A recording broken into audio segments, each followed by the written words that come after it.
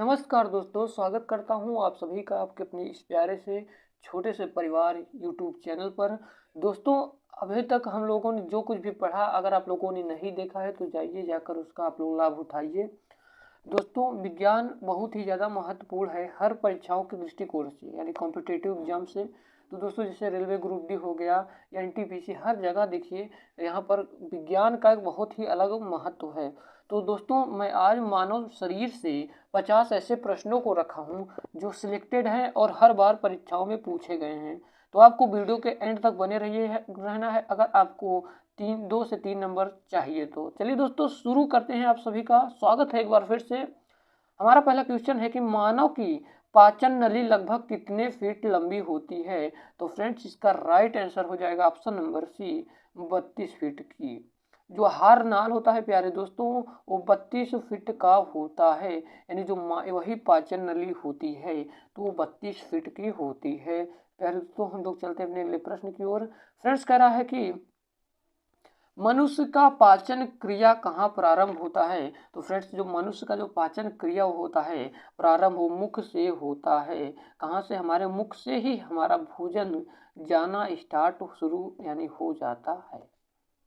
Friends, अगला प्रश्न है कि मनुष्य में पाचन का अधिकांश भाग किस अंग में संपन्न होता है। तो प्यारे दोस्तों, इसका राइट आंसर हो जाएगा ऑप्शन नंबर ए, छोटी आंत। प्यारे दोस्तों, जो छोटी आंत होता है इसमें मनुष्य के पाचन का अधिकांशता भाग छोटी आंत में ही संपन्न होता है।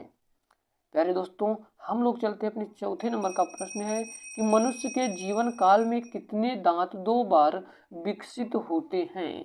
तो प्यारे दोस्तों, प्यारे मित्रों, ये जो मनुष्य के दांत होते हैं जो जीवन में 2 बार आते हैं, उनका वो 20 होते हैं। 20 दांत ऐसे होते हैं जो जीवन में काल में 2 बार आते हैं।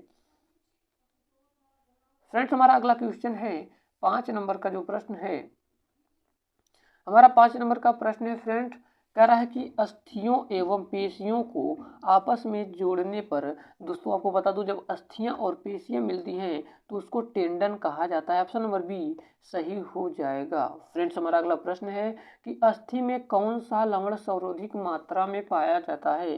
तो अस्थि में दोस्तों सर्वाधिक मात्रा में कैल्शियम फास्फेट जैसा लवण पाया जाता है। ऑप्शन नंबर सी सही हो जाएगा।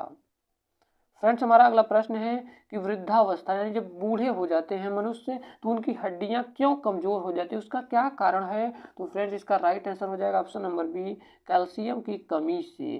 कहते नहीं कि कैल्शियम की कमी है भैया, यानी उनकी हड्डियां कमजोर हो गई हैं और आपको कैल्शियम की मात्रा चाहिए तो दूध आप लोग पीजिए। आप अगर दूध पियेंगे तो आपको कैल्शियम की कमी तो कभी नहीं होगी दोस्तों, और आपकी हड्डी मजबूती बनी रहेगी।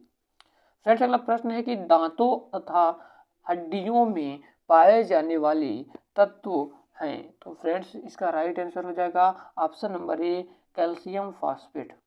Calcium phosphate. फ्रेंड्स, अपना अपना और हम आप लोगों का अगला प्रश्न है कि मानव शरीर के किस अंग की हड्डी सबसे लंबी होती है। तो फ्रेंड्स, इसका राइट आंसर हो जाएगा ऑप्शन नंबर ए, जांघ। यानी दोस्तों, जो जांघ की हड्डी होती है वो मानव शरीर की सबसे लंबी हड्डी होती है। हमारा अगला प्रश्न है कि टीबिया नामक हड्डी किसमें पाई जाती है, यानी मानव शरीर में जो टीबिया हड्डी होती है किस स्थान पर पाई जाती है। तो फ्रेंड्स, इसका राइट आंसर हो जाएगा ऑप्शन नंबर ए, टांग में टीबिया हड्डी पाई जाती है। और फ्रेंड्स, इसे ही सबसे ज्यादा चमकीली हड्डी भी कहा जाता है। आई होप आपको वीडियो बहुत ज़्यादा पसंद आ रहा होगा। मनुष्य के शरीर में पैर की हड्डी, जो मनुष्य के पैर के शरीर की जो पैर की हड्डी तो ठोस होती है कि कीलक होती है कि खोखली होती है कि संदर्धी होती है। तो फ्रेंड्स, इसका राइट आंसर हो जाएगा ऑप्शन नंबर डी, संदर्धी होती है। फ्रेंड्स, अभी क्या कहते हैं, अब हम लोग मात्र 50 क्वेश्चनों को इस वीडियो में करेंगे और जो हमारे प्रश्न रहेंगे, और जैसे हम एक वीडियो लाएंगे जिसमें 1000 प्रश्नों को करवाएंगे पूरे जीव विज्ञान का हर एक टॉपिक से। तो आपको हमारे इस वीडियो को देखने के लिए हमारे चैनल को सब्सक्राइब करना होगा, तभी आपको मज़ा मिलेगा दोस्तों पढ़ाई का। अगला प्रश्न है कि ह्यूमस अस्थि कहाँ पाई जाती है। तो फ्रेंड्स, इसका राइट आंसर हो जाएगा ऑप्शन नंबर डी, ऊपरी भाग, ऊपरी भुजा। फ्रेंड्स, ऊपरी भुजा में ह्यूमस नामक अस्थि पाई जाती है, हड्डी पाई जाती है। ह्यूमरस अस्थि जो होती है ह्यूमरस ऊपरी भुजा में पाई जाती है। अगला प्रश्न है फ्रेंड्स कि निम्न में से कौन मानव के पैर की हड्डी नहीं है? तो फ्रेंड्स इसका राइट आंसर हो जाएगा ऑप्शन नंबर ए, ये भुजा की है, ह्यूमरस। बाकी ये तीनों हड्डी मानव के पैर की है। फ्रेंड्स अगला क्वेश्चन है कि मानव शरीर की सबसे लंबी हड्डी है। तो फ्रेंड्स जो मानव शरीर की जो सबसे लंबी हड्डी है उसका नाम है फीमर।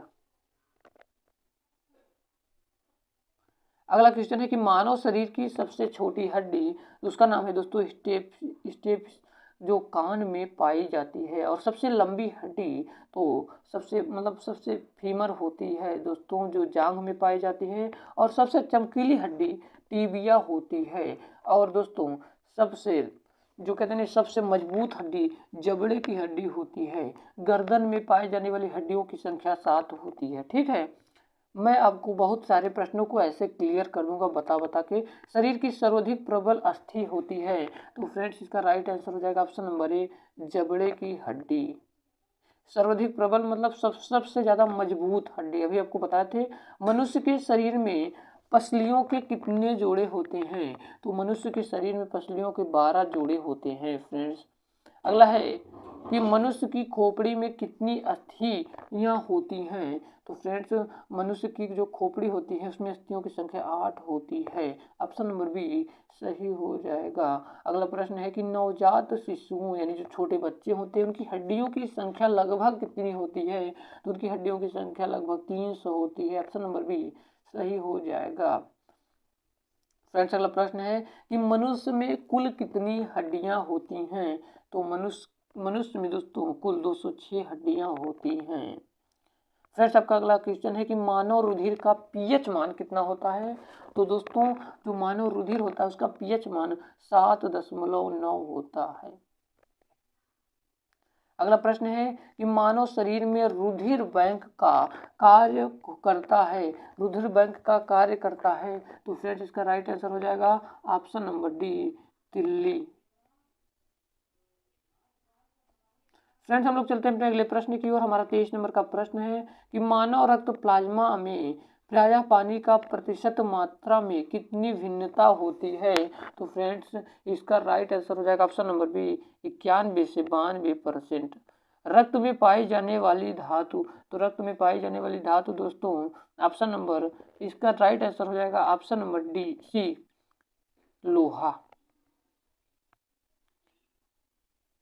अगला प्रश्न है दोस्तों कि रक्त का शुद्धिकरण कहाँ होता है?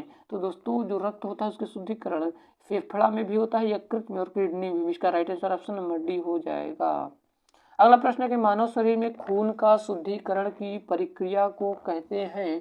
तो मानव शरीर में खून का जो शुद्धिकरण होता है इसकी प्रक्रिया को दोस्तों डायलिसिस कहते हैं। फ्रेंड्स अगला प्रश्न है कि रक्त में लाल रंग निम्न में से किसके कारण होता है?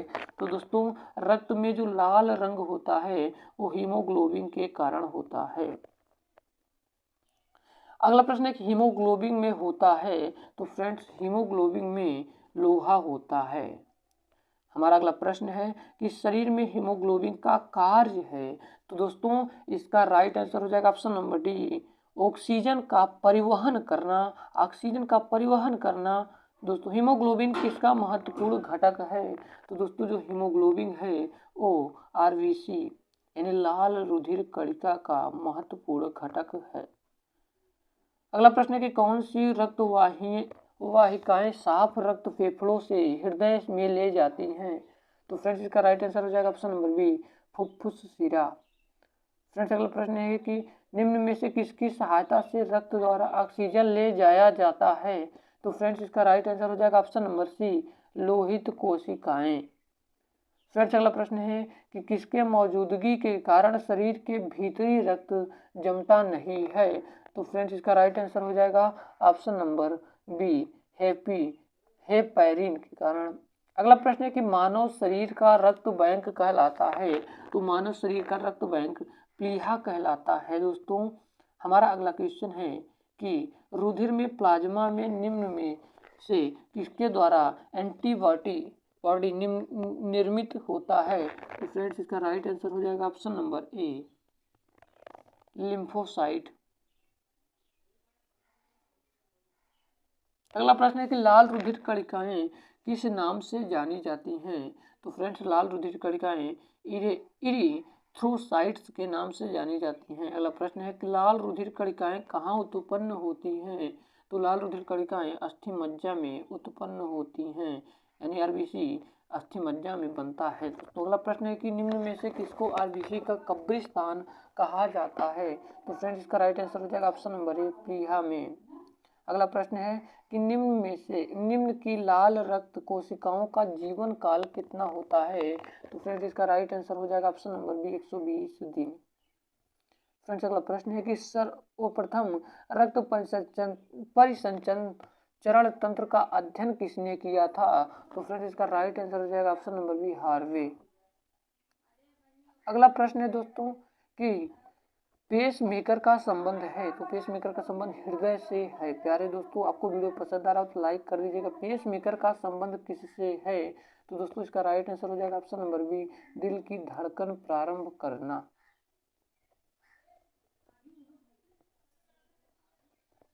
अगला प्रश्न है कि गति प्रेरक किससे संबंधित है? तो गति प्रेरक दोस्तों प्यारे मित्रों हृदय से संबंधित है। फ्रेंड्स अगला प्रश्न है कि निम्न में से किनकी भित्तियों पर रक्त द्वारा डाले गए दबाव को रक्तदाब कहते हैं?